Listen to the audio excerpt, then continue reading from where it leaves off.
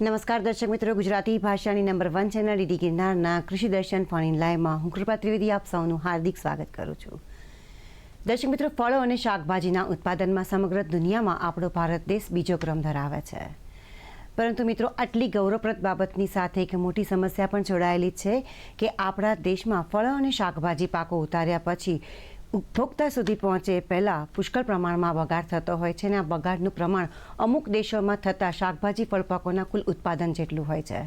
મિત્રો, આટલા બધા બગાડને કારણે ખેડૂતોને બાગાયતી પાકોમાં ધારેલી સફળતા પ્રાપ્ત થતી નથી. આથી જો આ બાગાયતી પાકોમાં મૂલ્યવર્ધન અને સ્ટોરેજના મહત્વ વિશે ખેડૂતો પાસે યોગ્ય માહિતી હોય તો આ બગાડની સમસ્યાને મહદ અંશે નિવારી શકાય છે. તો મિત્રો, આજના આપણા ફોન ઇન લાઈવમાં વાત કરીશું બાગાયતી પાકોમાં મૂલ્યવર્ધન અને સ્ટોરેજના મહત્વ વિષય પર. આ વિષય અંગે આપના તરફથી પ્રશ્નો આવકારે છે. પ્રશ્ન પૂછવા માટે અમારા ફોન નંબરની નોંધ કરી લેજો. અમારા ફોન નંબર છે 079 2685 3814 અને 079 2685 3816.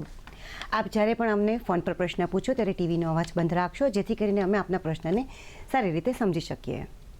તો મિત્રો, આજના આ વિષય પર વિગતવાર માહિતી અને માર્ગદર્શન આપવા માટે બે વિષય નિષ્ણાત આપણી સાથે ઉપસ્થિત છે. એમનો પરિચય કરાવું તો મારી બાજુમાં બેસેલા છે શ્રી HB પારેખ સાહેબ, કે જેઓ નાયબ બાગાયત નિયામક તરીકે દાહોદ ખાતે પોતાની ફરજ બજાવે છે. સાથે છે શ્રી RK બોગરા સર, કે જેઓ પણ નાયબ બાગાયત નિયામક તરીકે રાજકોટ ખાતે પોતાની ફરજ બજાવે છે. HB પારેખ સાહેબ અને RK બોગરા સાહેબ, આપ બંનેનું કૃષિ દર્શન ફોન ઇન લાઈવ અને સ્ટુડિયોમાં હાર્દિક સ્વાગત છે. નમસ્કાર. નમસ્કાર. સર, બાગાયતી પાકોમાં મૂલ્યવર્ધન અને સ્ટોરેજનું મહત્વ એ વિષય પરથી ઘણી બધી આજે આપણે અહીંથી ચર્ચા કરીશું. આપણા વ્યુઅર્સના પણ કોલ આવશે. એ લોકો હા, હજી આપને પ્રશ્ન પૂછ્યો એ પહેલાં જ આપણા વ્યુઅર જોડાઈ ગયા છે. દેવજીભાઈ રાજપૂત, હલો. હા બેન, નમસ્કાર. જી નમસ્કાર. કૃષિ દર્શન ફોન ઇન લાઈવમાં આપનું સ્વાગત છે. આપનો પ્રશ્ન જણાવો. હા બેન, આપણે ખારેકનું મૂલ્યવર્ધન કરવું હોય તો કઈ રીતે કરી શકાય? ખારેકની અંદર મૂલ્યવર્ધન કરવાની વાત છે, કેવી રીતે કરી શકાય? નમસ્કાર ખેડૂત મિત્ર, આપણે ખારેકની અંદર હાલ હવે ખારેકનું ઉત્પાદન થવાની તૈયારીમાં છે. તો ખારેક પણ એવું પાક છે કે જે શોર્ટ સમયની અંદર એનો ઓવરરાઈપ થઈ જતું હોય છે અને પછી બગાડ થતો હોય છે. તો સારી ખારેક હોય કે તેનું સોર્ટિંગ ગ્રેડિંગ કરી અને બજારમાં સારું પેકિંગ કરી અને તમે વેચો તેનો સારા ભાવ મળતા હોય છે. પરંતુ જ્યારે સારો ભાવ ન મળતો હોય અથવા તો બગડી જવાની તૈયારી હોય અથવા તો બજારમાં એકસાથે ભાવ ગગડી જવાની તૈયારી હોય તે વખતે તમે જે કાચી ખારેક છે એમાંથી કાચી ખારેકનું અથાણું બનાવી શકો છો. એને ખૂબ સાદી પદ્ધતિ છે. ખારેકને તમારે પહેલાં ધોઈ નાખવાની છે. ધોયા પછી એના કટકા કરવાના છે અને પછી એને આપણે જે રીતે બીજા શાકભાજીને એના અથાણા બનાવીએ છીએ સેમ એ રીતે તમારે અથાણા બનાવી અને તેલ સરસિયાનો તેલનો ઉપયોગ કરીને તમારે એને અથાણું બનાવી શકો છો અને એનો ખૂબ જ સારો ભાવ મળતો હોય છે. તો જો ખારેકની અંદર ઉત્પાદન વધારે મળે અને ભાવ ઓછો મળતો હોય તે વખતે ખારેકની અંદર તમે લીલી ખારેકનું અથાણું પણ ખૂબ સરસ રીતે બનાવી શકો છો. અને વધુ માહિતી જોઈતી હોય તો તમારે અમારા દરેક જિલ્લાની અંદર નાયબ બાગાયત નિયામકની કચેરી ઉપસ્થિત છે. તેની અંદર જઈ અને તાલીમ પણ મેળવી શકો છો. અને ખારેક સિવાય બીજા બધા પાકો છે, ફળપાકો જે બજારમાં ઉપલબ્ધ હોય છે, ભલે તમે ઉત્પાદન નથી કરતા પણ એ સિવાય બજારમાં મળતા હોય છે, એવા પાકોનું પણ તમે મૂલ્યવર્ધન કઈ રીતે કરી શકો અને કઈ રીતે પેકિંગ કરીને સારી રીતે બજારની અંદર લાંબા સમય સુધી સ્ટોરેજ કરીને વેચી શકો એની માહિતી 100% તમને ત્યાં આગળ અમારી તાલીમની અંદર આપવામાં આવશે. જી સર, ખૂબ જ સરસ વાત કરી. આપણા દર્શક મિત્રો એટલા જાગૃત છે કે આપણો કાર્યક્રમ શરૂ થતાં જ તે લોકો ફોન લાઈન પર જોડાઈ જાય છે અને પોતાની સમસ્યા રજૂ કરતા હોય છે. આપણે વાત કરવાની હતી આજના પ્રાથમિક પ્રશ્ન કે મૂલ્યવર્ધન એટલે શું ને તેનું શું મહત્વ છે? ખેડૂત મિત્રો, મૂલ્યવર્ધનની વાત કરીએ તો હમણાં જેમ આપણે વાત કરી કે ભારત દેશની અંદર ખાસ કરીને ગુજરાત રાજ્યની અંદર થોડા સમયથી પિયતની વ્યવસ્થા વધતા 3 સિઝનની અંદર ફળ ફૂલ અને શાકભાજીનું વાવેતર વધતું જાય છે. જેમ જેમ વાવેતર વધે છે તેમ બાગાયતી પાકોનું ઉત્પાદન પણ વધતું જાય છે.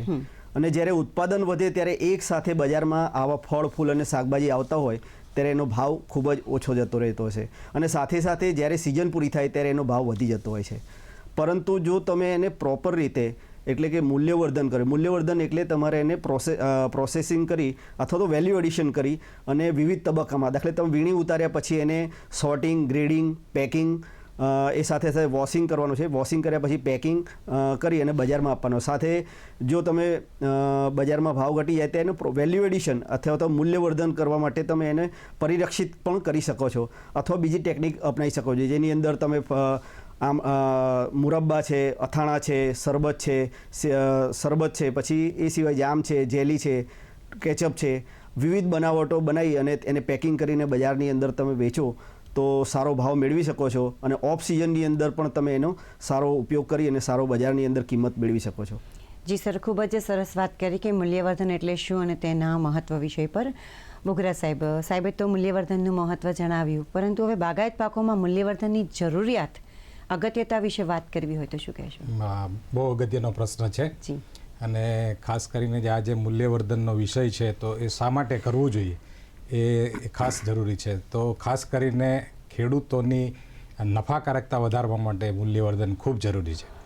અને હમણાં સાહેબે જેમ વાત કરી એમ કે ફળો અને શાકભાજીનું ઉત્પાદન ખૂબ વધ્યું છે અને ખાસ કરીને ફળો અને શાકભાજીનું ઉત્પાદન છે એ ટૂંકા ગાળાની અંદર માર્કેટમાં એકસાથે આવતું હોય છે, ત્યારે એમનો બગાડ પણ પુષ્કળ પ્રમાણમાં થાય છે. ખાસ કરીને 30% જેટલો જ્યારે કાપણી કર્યા પછી અને ઉપભોક્તા એનો ઉપયોગ કરે ત્યાં સુધીના ગાળાની અંદર 30% જેટલો બગાડ થાય છે.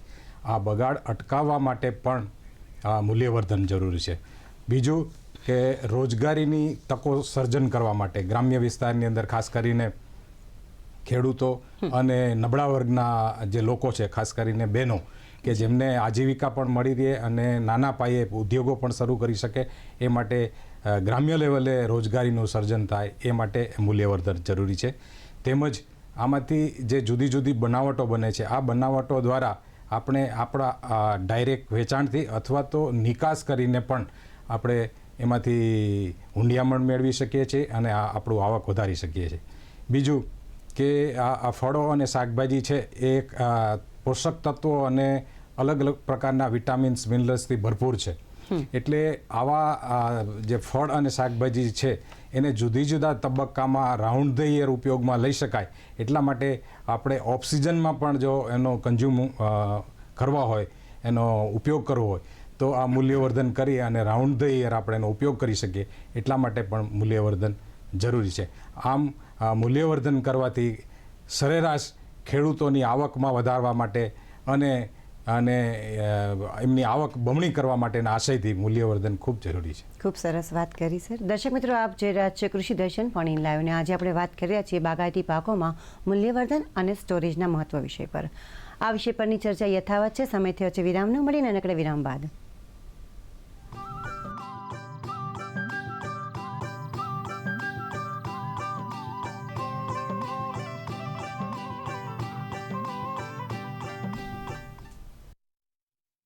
વિરામ બાદ ફરીવાર આપ સૌનું હાર્દિક સ્વાગત છે. આપ જોઈ રહ્યા છો કૃષિ દર્શન ફોન ઇન લાઈવ. બાગાયતી પાકોમાં મૂલ્યવર્ધન અને સ્ટોરેજનું મહત્વ વિષય પર શ્રી HB પારેખ સર અને શ્રી RK બોગરા સર ખરેખર ખૂબ જ અગત્યની માહિતી આપી રહ્યા છે. આપણી ચર્ચાને આગળ વધારીએ અને અત્યારે કોડીનારથી સુભાષભાઈ વાળાએ આપણને ફોન કર્યો છે, એમને સાંભળીએ. હેલો. નમસ્કાર બેન. જી નમસ્કાર. આપનો પ્રશ્ન જણાવો. મારો પ્રશ્ન એ હતો બેન કે મારે કાળી માટી છે, જી, તો એમાં મારે બાગાયતી પાકો કરવા હોય તો કયા પાકો લેવા જોઈએ જેથી કરીને હું બાગાયત પાકોમાં મૂલ્યવર્ધન કરી શકું ને પોતાની આવક વધારી શકું? ખૂબ સરસ પ્રશ્ન છે. કોડીનારથી સુભાષભાઈ. જી, સુભાષભાઈ, આપ કોડીનારમાં ખેતી ધરાવો છો, ત્યાં કાળી અને ઊંડા પ્રકારની જમીન છે અને મારા મંતવ્ય મુજબ ત્યાં બાગાયતી પાકોમાં ખાસ કરીને આંબા પાક છે એ ખૂબ સારા થાય છે, એટલે તમે આંબા પાક કરી શકો છો. આ ઉપરાંત દરિયા કિનારો છે કે જ્યાં વાતાવરણ નાળિયેરીને અનુકૂળ છે, જમીન પણ સેન્ડીલોમ પ્રકારની નજીક દરિયા કિનારે હોય તો નાળિયેરી પણ ખૂબ સારી થાય છે, તમે નાળિયેરીનો પાક પણ કરી શકો છો. આ ઉપરાંત બાગાયતી પાકોમાં સીતાફળ છે, જામફળ છે, એ પણ તમે કરી શકો છો. પણ અત્યારની આપણી જે આબોહવા અને વાતાવરણને અનુલક્ષીને અને જે નફાકારકતા જોઈએ તો તમારે કેરી અને નાળિયેર એ વધારે અનુકૂળ રહેશે.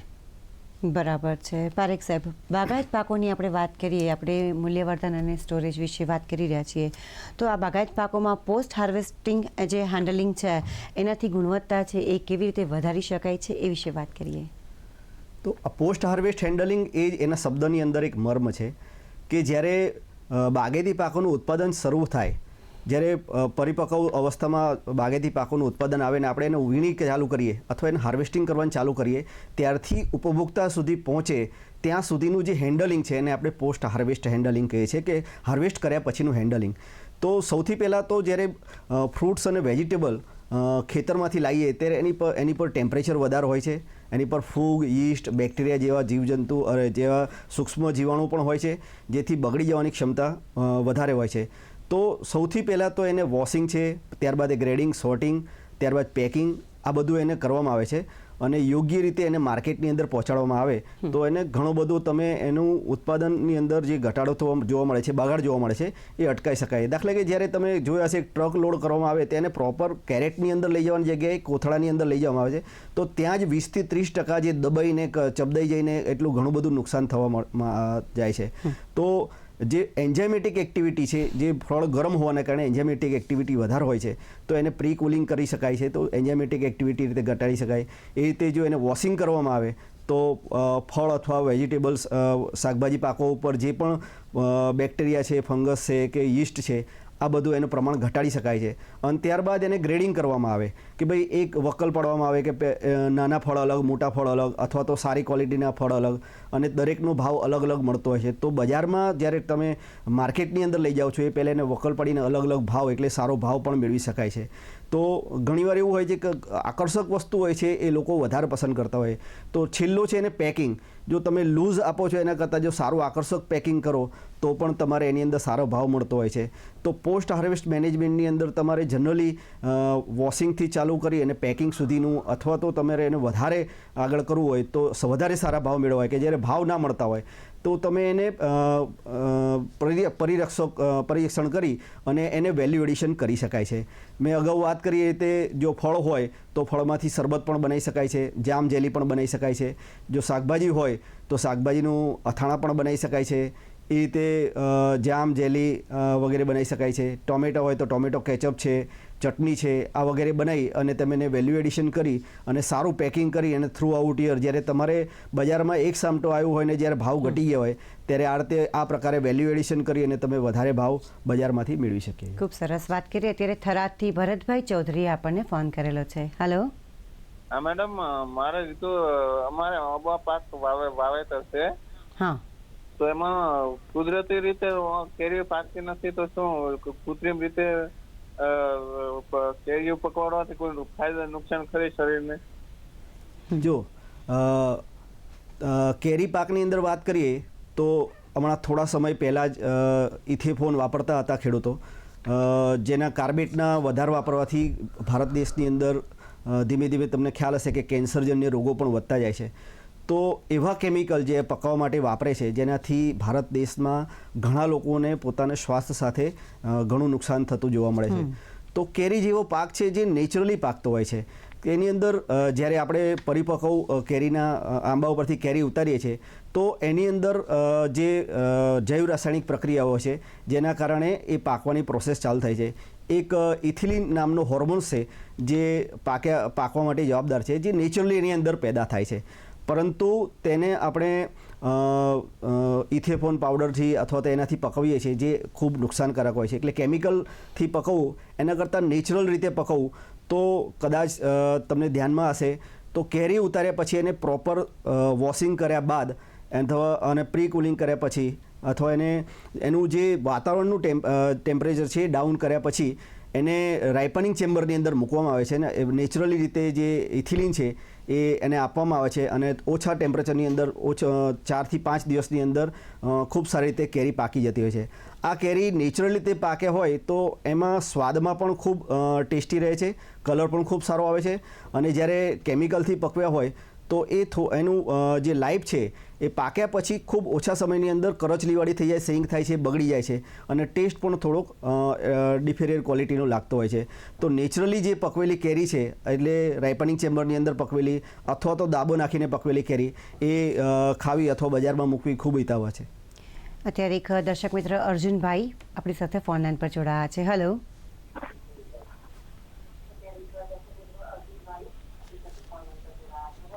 અર્જુનભાઈ, આપના ટીવીનો અવાજ ધીમો કરીને ફોન પર વાત કરો. જી મેડમ. જી, આપનો પ્રશ્ન જણાવો. હા મેડમ, હું જાણવા માંગુ છું કે આપણે બગાઈ પાકમાં ગવર્મેન્ટ તરફથી રોપણ મળે કે ક્યાં મળી શકે છે? જી, બાગાયતી પાકોની અંદર અર્જુનભાઈ રોપા જે છે બાગાયત વિભાગની જુદી જુદી નર્સરીઓ આવેલી છે ત્યાંથી રોપા મળે છે. હવે એ આપણા જુદા જુદા જિલ્લાઓની અંદર અલગ અલગ તાલુકાઓમાં આવેલી છે. આપ ક્યાંથી પણ હો, પણ વાત કરીએ તો જુનાગઢ જિલ્લાની અંદર માંગરોળ ખાતે બાગાયત વિભાગની નર્સરી છે, તેમજ કૃષિ યુનિવર્સિટીની પણ નર્સરી છે, ત્યાંથી તમને રોપા મળશે. કોડીનારની વાત કરીએ તો કોડીનારમાં ફળ રોપા ઉછેર કેન્દ્ર છે, ત્યાંથી પણ તમને રોપા મળી રહેશે. આ ઉપરાંત ઉનાની અંદર પણ બાગાયત વિભાગની નર્સરી છે, ત્યાંથી મળી રહેશે. ધારીની અંદર પણ સરકારી બાગાયત વિભાગની નર્સરી છે, ત્યાંથી મળી રહેશે. પછી તાલાળાની અંદર પણ આપણું એક્સેલન્સ મેંગો સેન્ટર આવેલું છે, ત્યાંથી તમને આંબાના કલમો અને રોપાઓ મળી રહેશે. આ ઉપરાંત વાંકાનેર ખાતે પણ બાગાયત વિભાગની ફળ નર્સરી આવેલી છે, ત્યાંથી પણ રોપાઓ મળી રહેશે. આમ અલગ અલગ જગ્યાએ જ્યાં બાગાયત વિભાગની સરકારી નર્સરીઓ આવેલી છે ત્યાં તમને સરકારી ભાવે બધા રોપા મળી રહેશે. આ ઉપરાંત ખાનગી ઘણી બધી નર્સરીઓ છે કે જેણે સરકારે એક્રિડેટ કરેલી છે. આ એક્રિડિટેટ કરેલી નર્સરીની અંદરથી જો તમે રોપા લઈને વાવેતર કરો તો તમને એમાં સબસિડી પણ સરકાર દ્વારા મળવાપાત્ર છે. અમુક નર્સરીઓ એવી છે કે જે સરકાર દ્વારા એક્રિડિટ કરવામાં આવેલી નથી, તો ત્યાંથી જો ખરીદી કરેલી હોય તો તમને એમાં સબસિડી ન મળે. પરંતુ આવી જે NHB દ્વારા એક્રિડેટ કરેલી નર્સરીઓ છે એમાંથી જો તમે ખરીદી કરો અને પછી તમે સબસિડી માટે એમને એપ્લાય કરો તો તમને એમાં સબસિડી પણ મળવાપાત્ર છે. આ એક્રેડિટ થયેલી NHB દ્વારા એ નર્સરીઓની જો તમારે યાદી જોતી હોય તો એ કોઈપણ જિલ્લાની નાયબ બાગાયત નિયામકની કચેરીએથી પણ મળી રહેશે. આ ઉપરાંત આપણું આઈ ખેડૂત પોર્ટલ છે, ત્યાંથી તમે ડાઉનલોડ કરશો તો ત્યાં પણ તમામ જે નર્સરીઓની યાદી છે એક્રેડિટ થયેલી એ યાદી પણ ત્યાંથી મળી રહેશે. એટલે ત્યાંથી તમને રોપાઓ મળી રહેશે. જી, ખૂબ જ સરસ વાત કરી. દર્શક મિત્રો, આપ જોઈ રહ્યા છો કૃષિ દર્શન ફોન ઇન લાઈવ. આજે આપણે વાત કરી રહ્યા છીએ બાગાયતી પાકોમાં મૂલ્યવર્ધન અને સ્ટોરેજના મહત્વ વિષય પર. આ વિષય પરની ચર્ચા યથાવત છે. સમય થયો છે વિરામનો. મળીને નકડા વિરામ બાદ.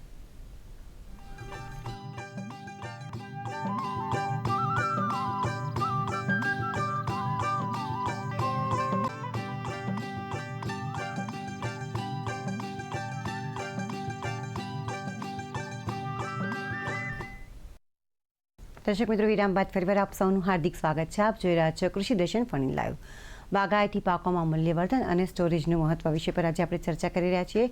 શ્રી HB પારેખ સર અને શ્રી RK બોગરા સર ખરેખર ખૂબ જ અગત્યની માહિતી અને માર્ગદર્શન આપી રહ્યા છે. આપણી ચર્ચાને આગળ વધારીએ. અને RK બોગરા સર, આપે જણાવ્યું કે મૂલ્યવર્ધનની અગત્યતા શું છે, શા માટે એટલું જરૂરી છે. હવે એ વખતે ચર્ચા થઈ હતી પરિરક્ષણની. તો આ પરિરક્ષણ એટલે શું અને તેની જરૂરિયાત આજના સાંપ્રત સમયમાં કેવી છે, મહત્વ શું છે? પરિરક્ષણ એટલે તો ફળ અને શાકભાજી છે એને મૂળ અવસ્થામાં અથવા તો એમાંથી જુદી જુદી બનાવટો બનાવી અને પરિરક્ષિત કરવાની જે ક્રિયા છે એને પરિરક્ષણ કહેવામાં આવે છે. આ પરિરક્ષણ શા માટે કરવું જોઈએ? તો જે આપણે ચર્ચા થઈ એ મુજબ કે ફળ અને શાકભાજીનું ઉત્પાદન તો પુષ્કળ પ્રમાણમાં થાય છે અને કાપણી પછીથી જે ઉપભોક્તા ઉપયોગ કરે એ દરમિયાન 30% જેટલો બગાડ થાય છે. આ બગાડ થતો અટકાવવા માટે વિવિધ તબક્કે એમને મૂલ્યવર્ધન અથવા તો પરિરક્ષિત કરી અને જો એનો ઉપયોગ કરવામાં આવે તો આપણે એમાંથી ફાયદો પણ મેળવી શકીએ છીએ અને નુકસાન થતું અટકાવી શકીએ છીએ. હવે આ પરિરક્ષણ કરવા શું કામે જોઈએ? તો એ જોઈએ તો ખાસ કરીને અંતરિયાળના જે વિસ્તાર છે કે ગામડાઓ છે કે જ્યાં અત્યારે ઘણા લોકો કુપોષણ અને અપોષણની સમસ્યાથી પીડાઈ રહ્યા છે. કારણ કે ત્યાં ફળ અને શાકભાજી ઘણી વખત એમને મળતા પણ નથી, પહોંચતા પણ નથી.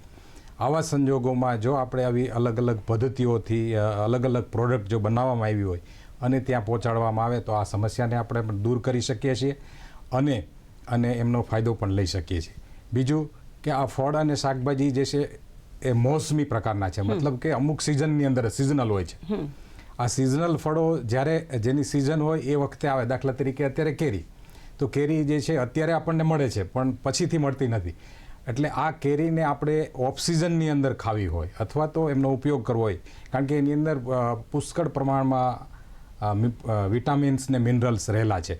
આનો આપણે આરોગ્યની દ્રષ્ટિએ પણ ખૂબ ફાયદો છે. તો આરોગ્ય જાળવવા માટે આપણે એમનું કન્ઝપ્શન સતત કરવું જરૂરી છે. તો ઓક્સિજનની અંદર જો આપણે આનો લાભ ઉઠાવવો હોય તો આ કેરીને અલગ અલગ પદ્ધતિઓથી પરિરક્ષિત કરીને, દાખલા તરીકે એનો જ્યુસ કાઢીને જી. કે અથવા તો એમાંથી જુદી જુદી બનાવટો છે એમને સ્લાઇસ કરીને અથવા તો એમને ફ્રીઝિંગ કરીને આ બધી જે પ્રોડક્ટ છે અલગ અલગ બનાવી અને એમનો પછીના તબક્કે જો ઉપયોગ કરવામાં આવે તો એને આપણે એનો ફાયદો પણ મેળવી શકીએ છીએ અને એનો લાભ પણ મેળવી શકીએ છીએ. પછી આ પરિરક્ષિત કરવાથી વેલ્યુ એડિશન પણ થાય છે. દાખલા તરીકે દાડમ કે જામફળ લઈ લ્યો, એ જામફળ છે તો સિઝનની અંદર 25-30 રૂપિયા કિલો આપણને મળી જાય છે હોલસેલની અંદર. આ 25-30 કિલો રૂપિયેથી દાડમમાંથી કે જામફળમાંથી આપણે જામ, જેલી કે સ્કોશ જે બનાવ્યું આને પછી બજારની અંદર જ્યારે વેચીએ છીએ ત્યારે 200 રૂપિયા કે 250 રૂપિયાનો કિલો આપણને મળતો હોય છે. એટલે આ કિંમતનો જે વધારો છે એ પણ આપણને મળી શકે. બીજું, ઓક્સિજનની અંદર આ ફળો જે છે એ આપણને એનો ટેસ્ટ, સ્વાદ, રંગ એ બધું પણ જળવાય અને આપણે લઈ શકીએ. આ રીતે અલગ અલગ પ્રકારની કેટલી બધી પરિરક્ષણની એટલે કે કેનિંગની જે પદ્ધતિઓ છે એના દ્વારા આપણે પ્રોડક્ટ બનાવી અને બજારની અંદર વેચાણ કરી શકીએ છીએ અને વિદેશની અંદર એક્સપોર્ટ પણ કરી શકીએ. અને એક્સપોર્ટ કરવાથી આપણને આના કરતાં પણ વધારે ભાવ મળી શકે છે અને વિદેશી હુંડિયા પણ મળી શકે છે.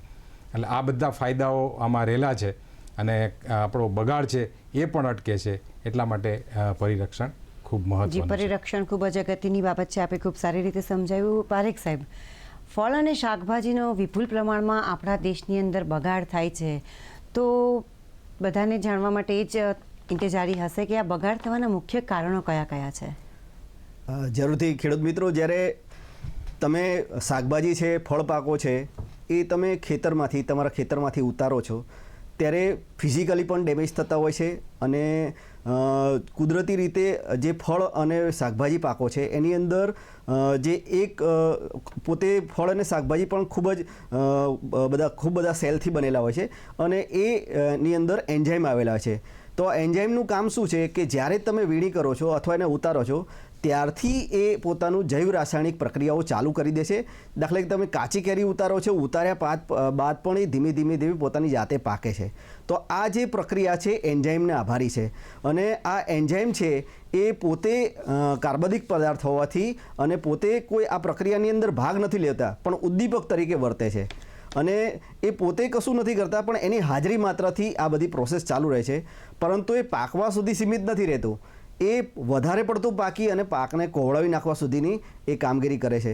તો આ એન્ઝાઇમિક એક્ટિવિટી જે છે એના કારણે પણ ફળ અને શાકભાજી પાકોની અંદર બગાડ જોવા મળે છે.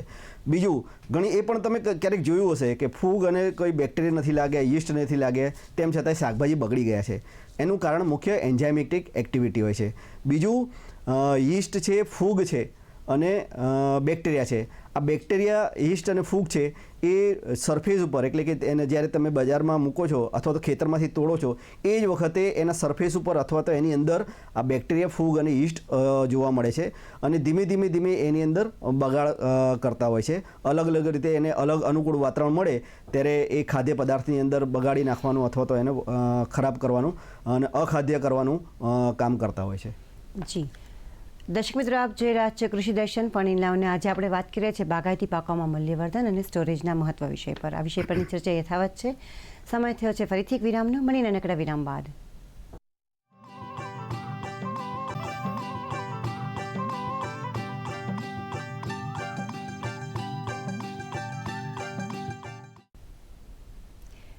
દર્શક મિત્રો, વિરામ બાદ ફરીવાર આપ સૌનું હાર્દિક સ્વાગત છે. આપ જોઈ રહ્યા છો કૃષિ દર્શન ફોન-ઇન લાઈવ. બાગાયતી પાકોમાં મૂલ્યવર્ધન અને સ્ટોરેજનું મહત્વ વિષય પર આજે આપણે ચર્ચા કરી રહ્યા છીએ. ચર્ચાને આગળ વધારીએ. જી સર, આપને પ્રશ્ન પૂછું એ પહેલાં જ એક મહિલા ખેડૂત મિત્ર આપણી સાથે ફોનલાઈન પર જોડાયા છે, દર્શનાબેન આણંદથી. હલો. હાજી નમસ્કાર. હા નમસ્કાર. મારા બે પ્રશ્ન છે. એક, ચીકુનો પાવડર કેવી રીતે બનાવાય અને બીજું, મારા કિચન ગાર્ડનમાં અત્યારે કરમદા થયા છે તો એનો કઈ રીતે યુઝ કરવો? ચીકુનો પાવડર અને કરમદા થયા છે એના ઉપયોગ વિશે દર્શનાબેન પંડ્યા આપણને પૂછે છે આણંદથી. નમસ્કાર દર્શનાબેન, જે તમે ચીકુની વાત કરો છો તો ચીકુના પાવડર માટે તો નિર્જલીકરણ છે, એનાથી આપણે સૂર્યપ્રકાશ દ્વારા પણ કરી શકીએ છીએ. પણ જો કાચા ચીકુ હોય તો એમાં ચીકાશનું પ્રમાણ વધારે હોય છે, તો એમાં થોડી તકલીફ પડતી હોય. એટલે પૂર્ણ પાકટ અવસ્થાએ તમારે એને ઉતારવાના છે અને સંપૂર્ણ રીતે પાકી ગયા પછી એના નાના નાના પીસ કરી અને પહેલાં એની ઉપરની છાલ કાઢી અને નાના નાના પીસ કરી અને સૂર્યપ્રકાશની હાજરીમાં તમે રાખી અને નિર્જલીકરણ પછી એને પાવડર તરીકે યુઝ કરી શકો છો. એટલું ધ્યાન રાખવાનું છે કે એની અંદર જે કાચા હોય ત્યારે દૂધ જેવો ચીકણો પદાર્થ આવે છે એ દૂર થયા પછી જ આ કામ તમારે એને પાવડર બનાવવાનું કામ કરવાનું હોય છે. તો બીજા ઘણા બધા ઓવન દ્વારા પણ કરી શકાય છે, એવા સાધનો પણ છે કે જેનાથી નિર્જલીકરણ કરી એટલે એની અંદરથી પાણી ઉડાડીને તમે એને પાવડર તરીકે ઉપયોગ કરી શકો છો. બીજું કરમદા છે તો કમરક છે કે કરમદા છે, જે પણ ખાટા પદાર્થ છે, ખાટા ફ્રૂટ છે, તો તમે એનો ખૂબ સરસ મજાનો શરબત અથવા સિરપ બનાવી અને 12 માસ તમે એનો ઉપયોગ કરી શકો છો. તો એમાં સ્કોસ છે, સ્કોડિયલ છે અને સિરપ છે, આ 3 પ્રકારે આપણે એનો શરબત બનાવી શકીએ છીએ. અને એ સિરપ બનાવવું ખૂબ ઇઝી હોય છે.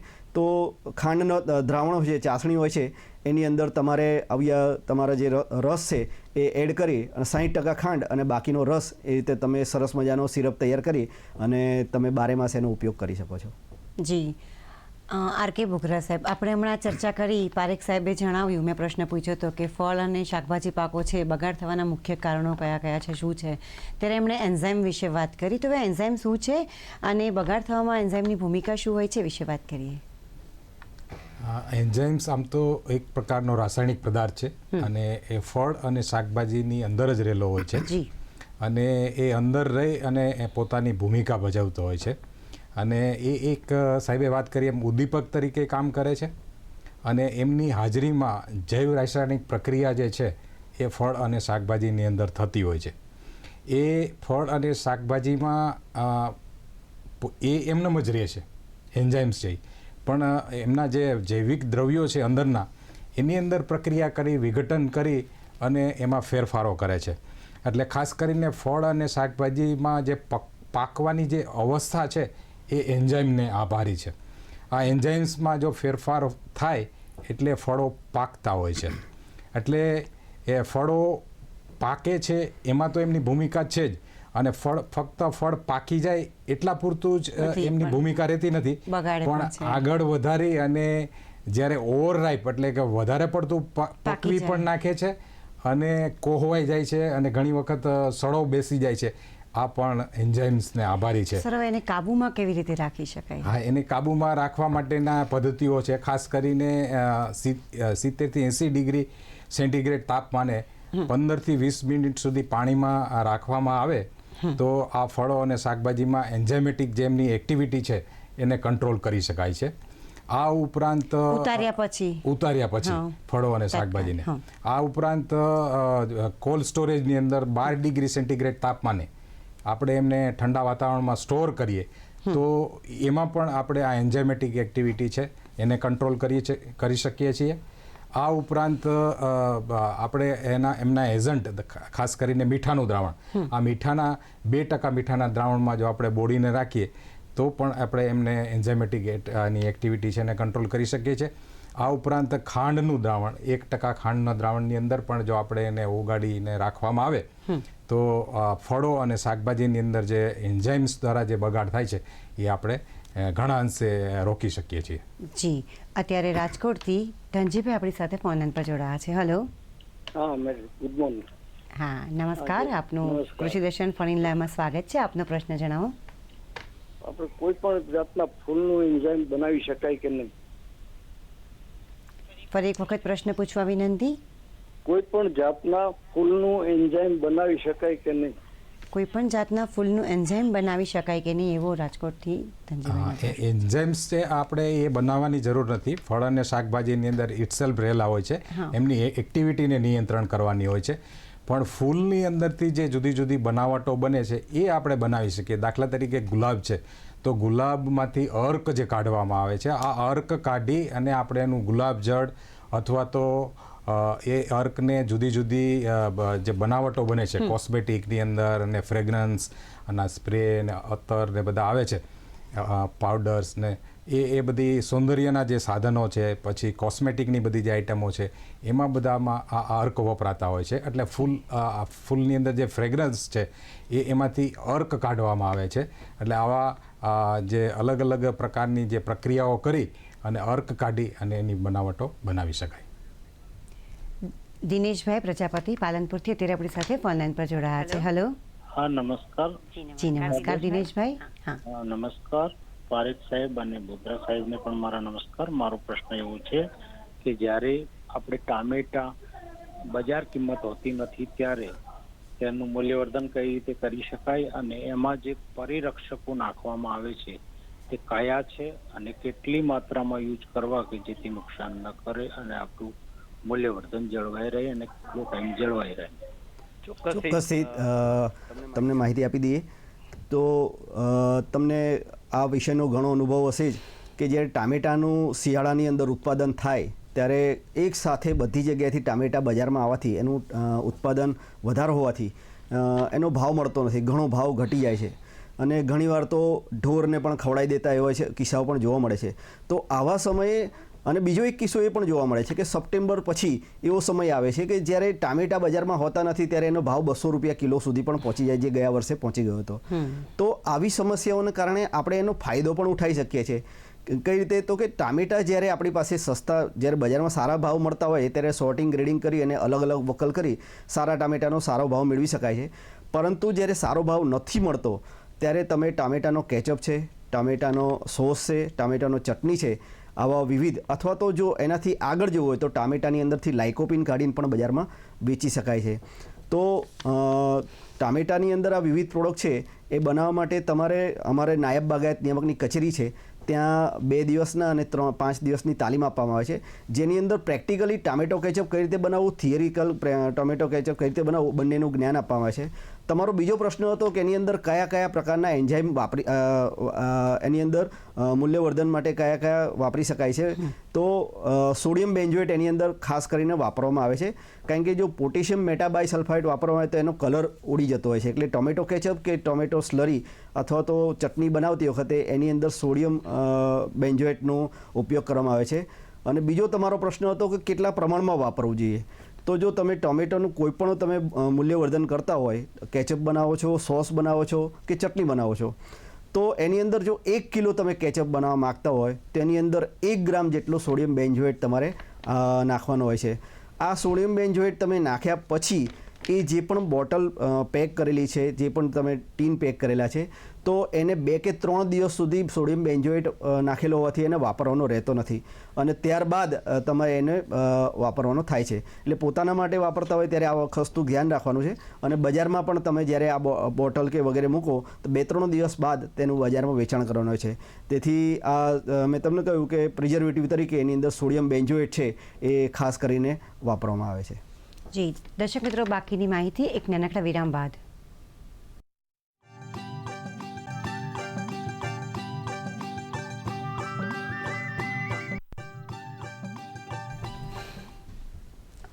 દર્શક મિત્રો, વિરામ બાદ ફરીવાર આપ સૌનું હાર્દિક સ્વાગત છે. આપ જોઈ રહ્યા છો કૃષિ દર્શન ફોન ઇન લાઈવ.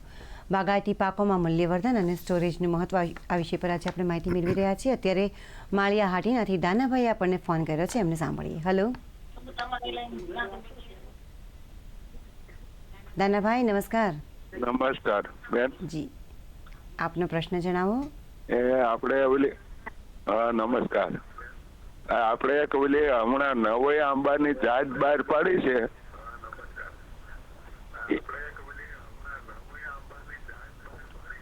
એને મારે જોઈએ છે તો ત્યાંથી મળે.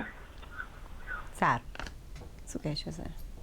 નવી આંબાની જાત જે બહાર પાડેલી છે. હા, એ આણંદ દાનાભાઈ, તમે જે વાત કરો છો આપણે આણંદ કૃષિ યુનિવર્સિટી દ્વારા કેસર જે મેંગો આવે છે એમાં સુધારો કરી અને જાત બહાર પાડવામાં આવી છે.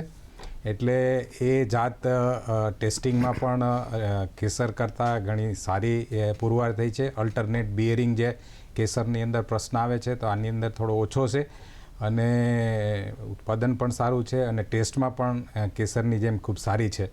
એટલે આ તમારે જોતી હોય તો મેળવવા માટે આણંદ કૃષિ યુનિવર્સિટીમાં બાગાયત વિભાગનો તમે સંપર્ક કરી શકો છો, ત્યાંથી તમને મળી શકે છે. જી અત્યારે માળિયાથી ધીરુભાઈ જોડીએ આપણને ફોન કર્યો છે. હેલો. હેલો. હા ધીરુભાઈ, નમસ્કાર. હા બેન, જય માતાજી. જય માતાજી. આપનો પ્રશ્ન જણાવો.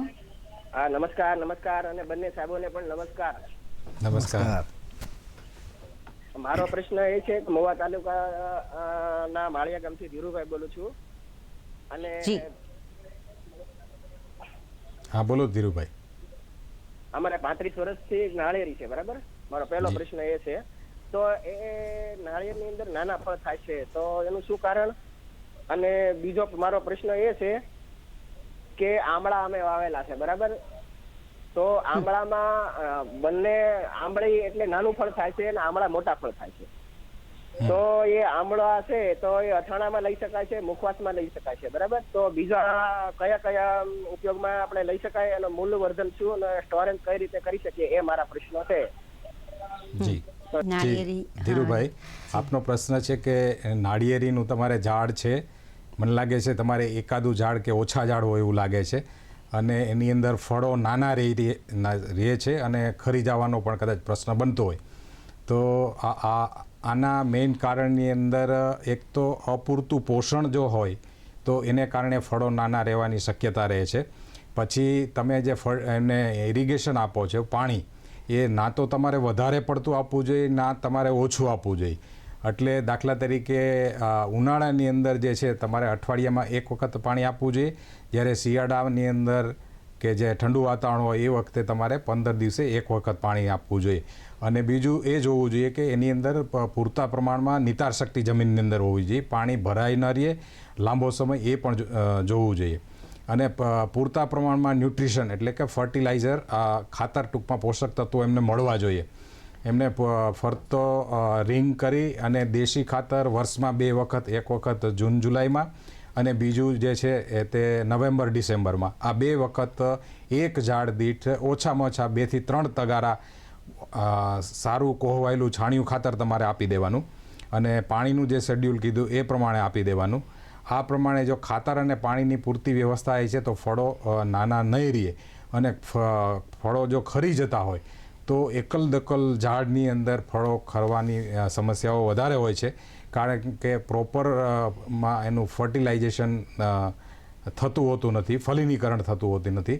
એને કારણે જે ફળો છે એ ફળો પ્રોપર બંધાતા નથી અને નાના નાના સોપારી જેવડા ફળો એ ખરી જાય છે. આવું છે. અને બીજું તમે વાત કરી, બીજો તમારો પ્રશ્ન છે કે તમે આંબળી અને આમળા, એટલે નાની સાઇઝની આંબળી અને મોટી સાઇઝના આમળા એ વાવેલા છે.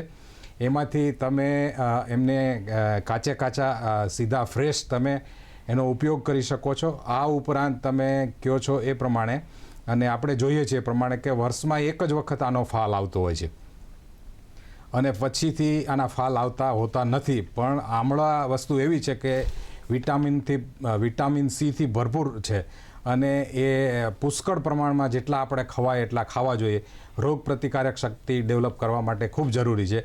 એટલે રાઉન્ડ ધ યર, એટલે આખું વર્ષ દરમિયાન આપણે આમળા ખવાય એવું ખરેખર કરવું જોઈએ. તો આમાં આપણે આમળાની જુદી જુદી જે બનાવટો બને છે, ખાસ કરીને આમળાનો મુખવાસ બને છે. આ મુખવાસ બનાવી અને તમારા ઘરની અંદર રાખો અને એવી જગ્યાએ રાખો કે જ્યાંથી રોજ લોકો ખાઈ શકે અને લઈ શકે. એટલે આમળાનો મુખવાસ બનાવો. પછી આમળાની કેન્ડી બને છે, આ કેન્ડી પણ તમે બનાવી અને એનો ઉપયોગ કર્યો. આ ઉપરાંત આમળાનો સ્કોશ પણ બને છે, આમળામાંથી મુરબ્બો પણ બને છે. આમ જુદી જુદી અલગ અલગ પ્રકારની ઘણી બધી બનાવટો બને છે. આ જુદી જુદી બનાવટો બનાવી અને આખા વર્ષ દરમિયાન એનો ઉપયોગ કરવો જોઈએ. જ્યારે સિઝન હોય છે ત્યારે 20-25 રૂપિયાની કિલો આપણને આમળા મળતા હોય છે, પછી તો મળતા જ નથી. તો આ જ્યારે ઓફ સિઝનમાં હોય અને ત્યારે આપણે ઉપયોગ કરવો હોય તો આવી બધી બનાવટો બનાવી અને એનો ઉપયોગ કરવો જોઈએ. નથુભાઈ આહિર ભુટાવદરથી અત્યારે આપણી સાથે ફોનલાઈન પર જોડાયા છે. હેલો. હા, ત્રણેને મારા નમસ્કાર. ભુટાવદરથી બોલું છું આપણે. નમસ્કાર. હા, મૂલ્યવર્ધન માટે આપણે સૌરાષ્ટ્ર વિસ્તારમાં હાલની કઈ જાત સારી છે? એમાં કયા પાકની વાત કરી નથુભાઈ? કેરીની અંદર આંબામાં, કેરીમાં કઈ જાત વધારે સારી? ભુટાવદરથી વાત કરી. નમસ્કાર. ખાસ કરીને આપણે સૌરાષ્ટ્રની વાત કરીએ તો જે આંબાનું વાવેતર છે એ મોટે ભાગે આપણે જુનાગઢ જિલ્લાની અંદર, પોરબંદરની અંદર અને ગીર સોમનાથની અંદર ત્યાં વધારે પડતું વાવેતર છે. આ ઉપરાંત આગળ જઈએ તો અમરેલી અને ભાવનગર જિલ્લામાં પણ એના વાવેતર થાય છે. અને જે કાંઈ વાવેતર છે એમાંથી લગભગ 90% વાવેતર છે આપણે કેસર જાતનું જ વાવેતર છે. અને કેસર જાતને આપણે જીઆઈ ટેગ પણ મળેલો છે. અને એ કેસર જાતની જે ક્વોલિટી છે એનો સ્વાદ, સુગંધ અને એનો સોડમ છે એવો એકેય આવતો નથી. એટલે આપણા માટે વાવેતર માટે કેસર સૌથી બેસ્ટ છે. વધુ વિસ્તારની અંદર કે કોમર્શિયલી જો તમારે વાવેતર કરવું હોય તો કેસર જાતનું જ વાવેતર કરવું જોઈએ. આ ઉપરાંત સોનપરી જે જાત છે એ પણ સાઉથ ગુજરાતની અંદર ઘણા ખેડૂતો વાવેતર કરવા માંડ્યા છે અને એમના પણ રિઝલ્ટ સારા છે. એટલે તમારે થોડું અખતરો કરવો હોય તો સોનપરીનો પણ કરી શકો છો. જી પારેખ સાહેબ, ફળ અને શાકભાજી પરિરક્ષણનો જે ઉદ્યોગ છે એની અંદર FPO લાયસન્સ લેવાની વાત આવે તો એ શું ફરજિયાત છે? અને લાયસન્સ મેળવવા માટે ખેડૂતો છે એને કોને અરજી કરવાની રહેતી હોય છે? ખેડૂત મિત્રો, કોઈ પણ ફૂડ એટલે ફળ, શાકભાજી, ફૂલમાંથી કોઈ પણ પ્રોડક્ટ બનાવી અથવા બજારની અંદર તમે એને પ્રોસેસિંગ કરી વેચતા હોય તો વેચાણ કરતાં પહેલાં જેને પેક કરીને વેચતા હોય એ તમામ વેચાણ કરતાં પહેલાં તમારે FPOનું લાયસન્સ લેવું ફરજિયાત છે. આ FPOનું લાયસન્સ માટે તમે મિનિસ્ટ્રી ઓફ ફૂડ પ્રોસેસિંગ એટલે કે deputy director ministry of food processing છે એની ઓફિસ મુંબઈ ખાતે આવેલી છે. ત્યાંથી તમારે લાયસન્સ મેળવવાનું થાય છે. પરંતુ online ministry of food processing છે એની ઓનલાઈન વેબસાઇટ દ્વારા તમે એપ્લાય કરી શકો છો અને ત્યારબાદ તમારા જે વિગતો ભરાયા પછી તમારે એનું જે ઇન્સ્પેક્શન થયા પછી એનું લાયસન્સ તમને મળતું હોય છે. જી અત્યારે કુકાભાઈ આહિરે આપણને ફોન કરેલો છે. હેલો. હાજી સાહેબ, આપણે સ્ટોરેજ કરવા માટે આપણે કયા ફળોનું કરી શકીએ અને કયા ફળોનું ન કરી શકીએ? સ્ટોરેજ કરવા માટે કયા પ્રકારના ફળોને સ્ટોરેજ કરી શકાય ને કયા પ્રકારના ફળોને સ્ટોરેજ કરવાથી નુકસાન થતું હોય છે તો નથી કરી શકાતા એવો એમનો પ્રશ્ન છે ઉકાભાઈનો ધ્રોળથી. હા, તો કોઈ પણ પ્રકારના ફળ પાકો છે જો એને એજ કન્ડિશનની અંદર ફળ જ તમારે રાખવા હોય તો એની લાઈફ છે એ થોડી ઘણી વધારી શકાય છે. કે તમે એને કોલ્ડ સ્ટોરેજમાં રાખો તો થોડો સમય એનો વધારી શકાય. દાખલા કેરી તમે થોડોક સમય રાખો તો એ પાકથી અટકી શકે છે, પરંતુ એને લાંબો સમય સુધી કોઈ પણ ફળ પાકને તમે એજ કન્ડિશનની ફ્રૂટ કન્ડિશનમાં એટલે કે રો મટીરિયલ તરીકે એને સાચવી શકતા નથી. પણ તમારે એને લાંબા સમય સુધી સાચવવું હોય તો ફરજિયાત તેને પરિરક્ષિત કરવા પડે. દાખલા કે તમારે કેરી છે કે પછી કોઈ પણ પપૈયા છે, પપૈયા તો તૂટી ફૂટી બનાવીને કરી શકાય. કેરી છે તો તમે એનો પાવડર પણ બનાવી શકો છો, એનો સિરપ પણ બનાવી શકો છો, એનો શરબત બનાવી શકો છો. અલગ અલગ પ્રોડક્ટ એની છે બજારની અંદર મળતી હોય છે, એ ઘરે જાતે પણ બનાવી શકો અને પોતે એનું પ્રોડક્શન પણ કરી શકો છો. એટલે એજ કન્ડિશનની અંદર તમે આમળા છે કે કેરી છે, પપૈયા છે, પપૈયાને પણ લાંબો સમય રાખી શકે. હા, એની તમે લાઈફ વધારી શકો છો કે એને તમે કોટિંગ કરીને અથવા એન્ઝાઇમેટિક એક્ટિવિટી ઘટાડીને અથવા એને કુલિંગ કરીને એ થોડોક સમય સુધી તમે બજારની અંદર લાવતા પહેલાં તમે એને સ્ટોરેજ કરી શકો છો. પરંતુ લાંબા સમયથી સ્ટોરેજ કરવું હોય તો તમારે ફરજિયાત એને પરિરક્ષિત કરવા પડશે. જી અત્યારે ધીરુભાઈ કચોટ ઉનાથી આપણી સાથે ફોન પર જોડાયા છે. હેલો. Hello madam. હાજી નમસ્કાર. મને સાહેબને એ પૂછવા માંગુ છું, ગીર સોમનાથનું ઉના તાલુકાનું ઓલવાણ ગામ છે, દીવની બાજુમાં છે. મારે આમ કાદી છે તો સાહેબને એ પૂછવા માંગુ છું કેટલા અંતરે વાવી શકાય ને કેટલો ખાડો ઊંડો કરી શકાય? કાદીમાં થઈ શકે ખરું કલમો કેસર કેરીનું? એ પૂછવા માંગુ છું. મારે 5-6 આંબા હતા ને મેં 10 ઓલાના કર્યા હતા તો ચા નથી, આમ ઝાડા જેવા થઈ ગયા, બહુ ઉપડતી નથી, તો શું કરવા માંગુ એમ? જી, એટલે આંબા પાકના વાવેતર માટે જમીન ખૂબ અગત્યની છે. મતલબ કે આંબો છે એ દરેક જગ્યાએ દરેક પ્રકારની જમીનમાં થતા નથી, પણ તમારા ઉના વિસ્તારની અંદર તો બહુ સફળતાપૂર્વક સારી રીતે થઈ શકે છે. ખાસ કરીને એવી જમીન હોય કે આ નીચેથી સફેદ કલરનો પથ્થર હોય અથવા તો નિતાર શક્તિ સારી હોય અને નીચે ગોરાળું ના હોય, આવા પ્રકારની જમીનની અંદર આંબા થઈ શકે છે. કાદીની અંદર જો તમારે સફેદ પથ્થર હોય તો તમે કરી શકો છો, પણ જો કાળો પથ્થર હોય તો એમાં થઈ શકશે નહીં. પણ સફેદ પથ્થરવાળી જો કાદી હોય તો એમાં થઈ શકે છે. સામાન્ય રીતે આપણું જૂનું જે વાવેતરનું અંતર હતું એ 30 બાય 30 ફૂટના અંતરે આપણે ભલામણ કરતા હતા, પણ હવે અત્યારની જે ટેકનોલોજી મુજબ ઘનિષ્ઠ પદ્ધતિથી એટલે કે નજીક વાવેતર કરી અને એકમ વિસ્તારની અંદર વધુ સંખ્યામાં ઝાડ આવે એટલા માટે 10 બાય 10 કે 10 બાય 12 કે 10 બાય 15 ફૂટના અંતરે તમે વાવેતર કરી અને વાવેતર કરો તો થઈ શકે.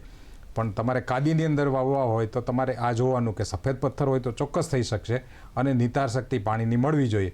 તો તમે થઈ શકે. જંગલની અંદર પણ આંબાઓ થાય જ છે, એટલે તમારે આ વસ્તુનો ખ્યાલ રાખી અને કરો તો ચોક્કસ આંબા કરી શકો છો. જી, આપણી પાસે સમયની મર્યાદા છે, પ્રશ્નો તો ઘણા બધા છે, તો કાર્યક્રમના અંતમાં ટૂંકમાં સંદેશ કેવો હોય તો શું કહેશો? અને સાથે જ ઘણી બધી વાર તાલીમની વાત થઈ, તો ખેડૂત મિત્રોને તાલીમ લેવી હોય તો કઈ રીતે અને ક્યાં અરજી કરી શકે? તો ખેડૂત મિત્રો, મેં અગાઉ પણ વાત કરી કે રાજ્યની અંદર દરેક જિલ્લાની અંદર નાયબ બાગાયત નિયામકની કચેરી આવેલી છે અને ત્યાં 2 દિવસના અને 5 દિવસના તાલીમ વર્ગો કરવામાં આવે છે. બહેનોને અમે જે તાલીમ આપીએ છીએ, 18 વર્ષથી ઉપરની બહેનો હોય છે, એનું ઓનલાઈન આઈ ખેડૂત પોર્ટલ પર રજીસ્ટ્રેશન કરવામાં આવે છે. ત્યારબાદ એને 3 દિવસની, 2 દિવસની અને 5 દિવસની તાલીમ આપ્યા બાદ એને રોજના 250 રૂપિયા લેખે સ્ટાઇપન્ડ પણ આપવામાં આવે છે અને પ્રોગ્રામ પૂર્ણ થયેથી એમને સર્ટિફિકેટ પણ આપવામાં આવે છે. ત્યારબાદ જો કોઈ બહેનો ભેગા થઈ અથવા ઇન્ડિવિડ્યુઅલ આની અંદર પરિરક્ષિત કરી અને પોતાનો ઉદ્યોગ કરવા માગતા હોય તો વિવિધ સબસિડી પણ બાગાયત ખાતા દ્વારા આપવામાં આવે છે. તો વધુ માહિતી માટે તમે તમારા નજીકના નાયબ બાગાયત નિયામકની કચેરીનો સંપર્ક કરી અને આ બાબતે તમે વધુ તાલીમ મેળવી શકો છો. જી, પારેખ સાહેબ અને આર.કે. બોગરા સાહેબ, આપ અહીં પધાર્યા અને અમારા દર્શક મિત્રોને બાગાયતી પાકોમાં મૂલ્યવર્ધન અને સ્ટોરેજના મહત્વ વિષય પર ખરેખર ખૂબ જ સરસ માહિતી આપી. એ માટે આપ બંનેનો ખૂબ જ આભાર. નમસ્કાર. નમસ્કાર. દર્શક મિત્રો, આજે આપણે બાગાયતી પાકોમાં મૂલ્યવર્ધન અને સ્ટોરેજ વિષય પર ઘણી બધી માહિતી મેળવી છે. અમને આશા છે આ માહિતીનો ઉપયોગ કરીને આપ પણ પોતાના બાગાયતી પાકોમાં મૂલ્યવર્ધન કરીને વધુ કમાણી પ્રાપ્ત કરી શકશો. આપનાથી રજા લે પહેલાં આગામી શુક્રવારના કૃષિ દર્શનનો વિષય જણાવી દઈએ. આગામી શુક્રવાર તારીખ 28/6/2024 સાંજે 5 વાગે આપ જે વિષય પર પ્રશ્ન પૂછી શકશો એ વિષય છે બદલાતા વાતાવરણમાં આધુનિક પશુપાલન. દર્શક મિત્રો, તારીખ, વિષય અને સમય ફરી વખત નોંધી લેશો. તારીખ 28/6/2024 શુક્રવારે સાંજે 5 વાગે વિષય છે બદલાતા વાતાવરણમાં આધુનિક પશુપાલન. તો મિત્રો, ફરી મળીશું કૃષિ દર્શનના નવા કાર્યક્રમમાં નવા વિષય સાથે. ત્યાં સુધી આપ જ્યાં પણ રહો, સુખી, સફળ અને સ્વસ્થ રહો એ શુભકામનાઓ સાથે રજા લઈએ. નમસ્કાર.